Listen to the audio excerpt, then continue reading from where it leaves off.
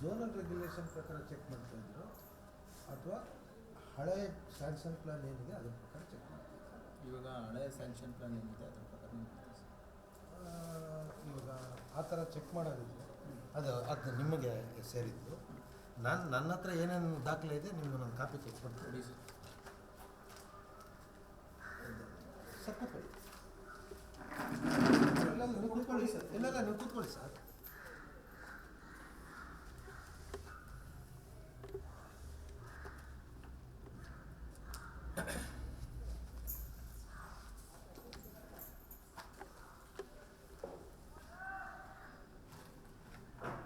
Sir ಇದು writ ಪೆಟಿಷನ್ನು ನಮ್ಮಲ್ಲಿದೆ, copy ತಗೊಳ್ಳಿ.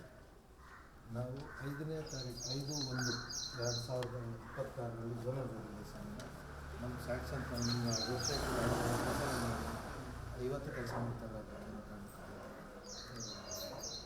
ಅಪ್ಲೈ ಮಾಡೋಕ್ಕಾಗ್ತಾ ಇರಲಿಲ್ಲ. ಅದಕ್ಕೆ ರಿಟ್ ಪೆಟಿಷನ್ನಲ್ಲಿದ್ವಿ. ನಮಗೆ ಸ್ಯಾಂಕ್ಷನ್ ಪ್ಲಾನ್ನ ಹೊಸ ಬೈಲಾ ಪ್ರಕಾರ ಕೊಡಬೇಕು ಅಂತ ಆದೇಶ ಇದೆ. ಸ್ಯಾಂಕ್ಷನ್ ಪ್ಲಾನ್ನ ಹೊಸ ಬೈಲಾ ಪ್ರಕಾರ ಮಾಡಿಫೈ ಮಾಡ್ಕೊಡ್ಬೇಕು ಅಂತ. ಹೌದು. ಅದು ADTP ಕೊಡಬೇಕು ಸರ್. ADTPಗೆ ಆಲ್ರೆಡಿ ಕೊಟ್ಬಿಟ್ಟಿದ್ದೀವಿ ಸರ್. ಅವರೇ ಸರ್ ಪ್ಲ್ಯಾನ್ಗೂ ನಮಗೂ ಸಂಬಂಧ ಇಲ್ಲ. ಪ್ಲ್ಯಾನ್ಗೂ ನಿಮಗೂ ಸಂಬಂಧ ಇಲ್ಲ ಅಂದರೆ ನೀವು ಇವತ್ತು ಬಂದು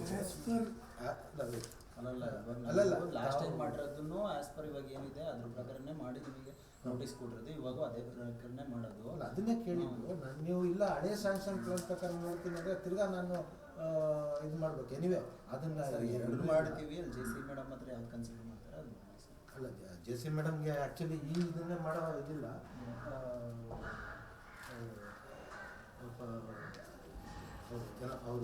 ಅವ್ರ ವಿವೇಚನೆ ಬಿಟ್ಟಿದ್ದದ್ದು ನಾವು ಹೇಳಿ ಬರಲ್ಲ ಸರ್. ಇವಾಗ ನಾನು ಮಾಜರ್ ಅಲ್ಲಲ್ಲ ಒಂದು ನಿಮಿಷ ನನ್ನ ಕಡೆ ನಾನು ಹೇಳಿ ಸರ್. ಯಾಕಂದ್ರೆ ನನ್ನ ಸೈಟಲ್ಲಿ ಇದೇ ಫಸ್ಟ್ ಟೈಮ್ ಮಾಜರ್ ಆಗ್ತಾ ಇರೋದು. ಮಾಜರ್ ಆಗೇ ಇಲ್ಲ ನನ್ನ ಸೈಟ್. ಒಂದು 3 ರಿಪೋರ್ಟ್ ಸಪ್ರೇಟ್ ಬೇರೆ ಬೇರೆ ರಿಪೋರ್ಟ್ ಇದೆ. ನಾವು ನಮ್ಮದು ಏನು ಇದು ಇವಾಗ ಮಾಜರ್ ಮಾಡಬೇಕಾದ್ರೆ ನನ್ನ ಸೈಟ್ ಡೈಮೆನ್ಷನ್ ನಿಮ್ಮ ಪ್ರಕಾರ ಏನಿದೆ ಸರ್? ನಿಮ್ಮ ದಾಖಲೆ ಪ್ರಕಾರ ಸರ್ ನಮ್ಮ ದಾಖಲೆ ನೀವೇ ಕೊಟ್ಟಿದ್ದೀರಲ್ಲ. ಅದೇ ನೋಡಿ ಸರ್, ದಾಖಲೆ ಪ್ಲಾನ್ ಕೊಟ್ಟಿದ್ದೀರಲ್ವ ಸರ್? ಸ್ಯಾಂಕ್ಷನ್ ಪ್ಲಾನು ಕೊಟ್ಟಿದ್ದೀವಿ. ಆ ದಾಖಲೆ ಏನಿದೆ ಸರ್?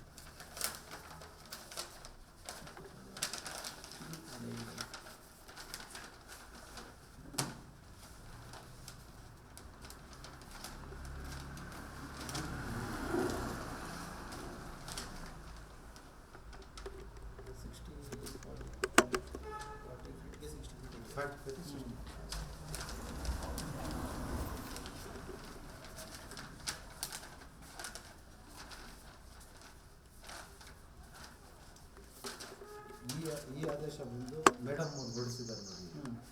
ಇದು ಅದ್ರ ಮೇಲೆ ಏನೇ ಆ್ಯಕ್ಷನ್ ತಗೊಳ್ಳೋಗಿಲ್ಲ ಅಂತ ಆಗಿರೋ ಆರ್ಡರ್ ಸರ್.